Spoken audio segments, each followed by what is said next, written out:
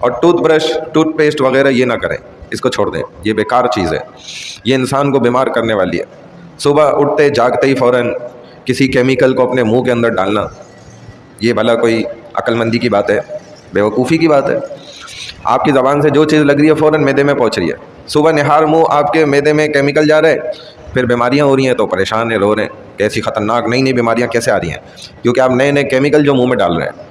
تو یہ tooth paste پر تو لعنت بھیجیں، اس کو ہرگز استعمال نہ کریں۔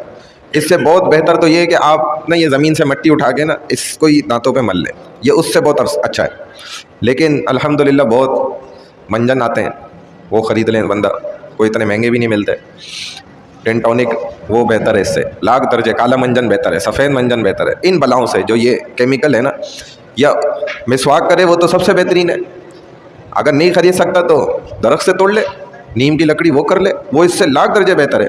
کم از کم آپ کے دانت کو صفائی دے گی اور آپ کے معدے کو اور جسم کو خراب نہیں کرے گی، ورنہ کیمیکل منہ میں ڈالتے ہی بس سمجھے آپ نے خود کینسر کو اپنے جسم کے اندر دعوت دے دی۔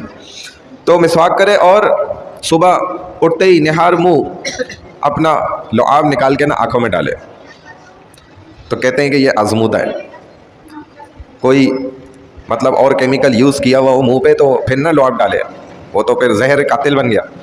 جو اصلی لعاب ہوتا ہے نا، مسواک کر رہا ہے مسلسل 3 دن مسواک کری عادت ہو گئی، اب مسواک کرے اور آنکھیں کمزور ہیں تو ڈالے اپنی آنکھوں پہ، اور انشاءاللہ اس سے بصارت نظر جو ہے وہ بالکل ٹھیک ہو جاتی ہے۔